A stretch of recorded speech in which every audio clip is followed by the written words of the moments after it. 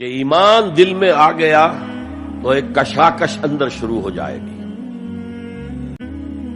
آپ کے نفس کی خواہش کچھ اور ہے، ایمان کہتا ہے غلط. کشاکش ہوگی کہ نہیں؟ یہ اندرونی جہاد ہے اپنے نفس کے خلاف. جیسے فرعون نے کہا تھا الیس لی ملک مصر وہذہ الانہار تجری من تحتی، کیا میں بادشاہ نہیں ہوں مصر کا؟ مصر کی حکومت میری نہیں ہے؟ اور کیا یہ ساری نہریں جو ہے میرے نظام کے تحت نہیں چل رہی؟ اسی طرح برا نہ مانیے، ہمارا نفس کہتا ہے یہ جسم میرا ہے، میری ملکیت ہے، اٹس مائی ڈومین، میری خواہش پوری کرنی ہوگی. جیسے اس نے کہا میں نہیں جانتا کوئی خدا ہے میرے سوا اور میرے اوپر، میں نہیں مانتا. نفس بھی کہتا میں نہیں ماننے کو تیار، کیا حلال ہے کیا حرام ہے، کیا جائز ہے کیا ناجائز، میری خواہش پوری کرو. اس کے خلاف جہاد، یہ پہلی منزل کا جہاد ہے. اور آپ کو معلوم ہے 3 منزلہ عمارت ہے، تو بلند ترین تو ہے تیسری منزل، اہم ترین ہے پہلی منزل.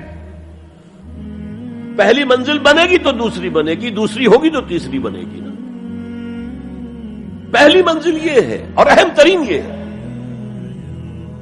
اسی لیے مولانا روم نے کہا نفس ماں ہم کم طرز فرعون نیست، میرا نفس بھی فرعون سے کم نہیں ہے، لیکن ایراعون نیست، اس کے پاس لاؤ لشکر تھا. اس نے زبان سے بھی کہہ دیا تھا انا ربکم الاعلی، میں ہوں خدا. میرا نفس بیچارہ اس کے پاس کوئی لاؤ لشکر نہیں، زبان سے تو یہ کچھ نہیں کہتا، اندر یہی کہتا میں بادشاہ ہوں اس وجود کا، میری مرضی پوری ہے. اسٹرگل اگینسٹ دس بیسر سیلف، ایک سیلف ہے اونچی سیلف، خودی، انا، ایگو، اور ایک ہے یہ بیسر سیلف، یمانی جبلتیں جو اندھی بہری ہیں، جو حلال اور حرام سے انہیں کوئی غرض نہیں ہے، ان کے خلاف جہاد کرنا. آپ نے فرمایا صلی اللہ علیہ وسلم المجاہد من جاہد نفسہ، اصل مجاہد وہ ہے جو اپنے نفس کے خلاف جہاد کر سکے. تمہارے اندر یہ دشمن تو بیٹھا ہوا ہے، تکڑا ہے، تمہیں کنٹرول کرنا، چلے وہ باہر کے دشمنوں سے جہاد کرنے کے لیے. تم نے ٹانگے کو گھوڑے کے آگے باندھ دیا. اور ایک دفعہ حضور سے پوچھا گیا ای الجہاد افضل یا رسول اللہ، اے اللہ کے رسول سب سے افضل جہاد کون سا ہے؟ فرمایا ان تجاہد نفسک فی طاعت اللہ، اپنے نفس کے خلاف جہاد کرو، اسے اللہ کا مطیع کرو. یہ جو اندر کی کشمکش ہے، کشاکش ہے، یہ جہاد فی سبیل اللہ کا نقطہ آغاز، اللہ کا مطیع بنانا ہے نفس کو. اس کے ساتھ 2 سب لیول اور ہیں. اس نفس کو بھڑکانے والی ایک قوت ہے انویزیبل، اور ویزیبل بھی ہے.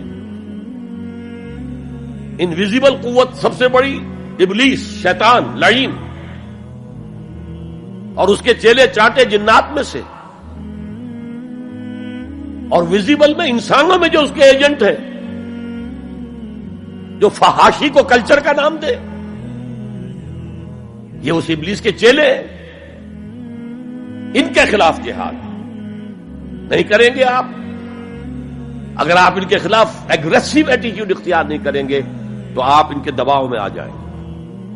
ان الشیطان لکم عدوا فاتخذوہ عدوا، اے لوگوں یہ شیطان تمہارا دشمن ہے، اس کو اپنا دشمن سمجھو.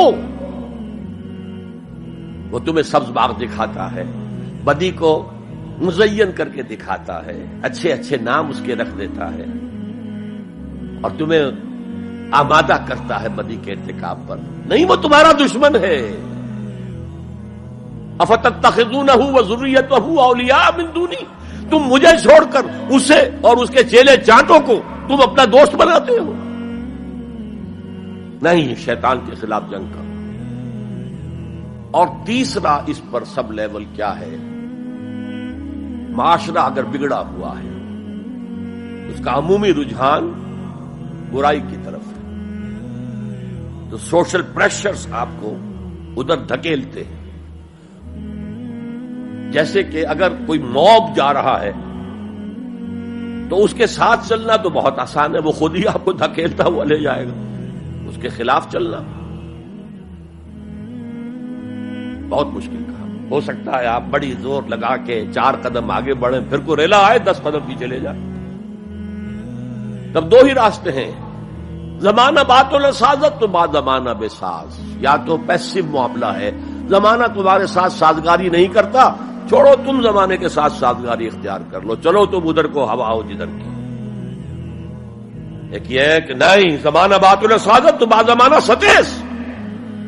زمانہ اگر تمہارے ساتھ سازگاری نہیں کر رہا تو زمانے سے جنگ کرو، لڑو، ریزسٹ کرو.